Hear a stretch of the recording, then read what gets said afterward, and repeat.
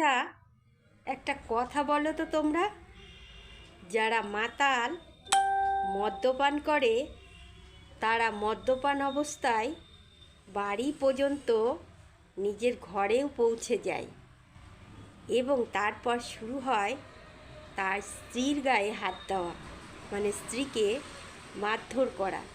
কিন্তু সেই বাড়িতে আরও অনেক লোকজন থাকে তার পরিবারে, যেমন তার মা, বাবা, ভাই, বোন, এমনকি তার সন্তানরাও। কিন্তু সেই লোকটি, সেই মদ্যপান লোকটি একমাত্র তার স্ত্রীর উপরেই নির্যাতন করে, তার স্ত্রীকেই মারধর করে। বাবা মাকে কেন মারে না? ভাই বোনকে কেন মারে না?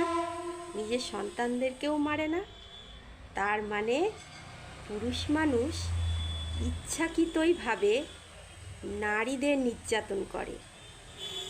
শোনা যায় যারা মদ্যপান করে তারা নেশায় আচ্ছন্ন থাকে, তারা কিচ্ছু জানে না, কিচ্ছু বোঝে না সেই সময়। কিন্তু সেই সময় শুধুমাত্র তার স্ত্রীকেই চেনে, স্ত্রীকেই মারতে পারে। স্ত্রীকে চিনে, যেটা জানে তার স্ত্রী, তাকে চিনে তাকে মারধর করে, নির্যাতন করে। বাড়ির অন্যান্য সদস্যদের গায়ে হাতটি তোলে না। কী প্রমাণ হলো? প্রমাণ এটাই, পুরুষ সুস্থ অবস্থাতেও স্ত্রীদের অত্যাচার অন্যায়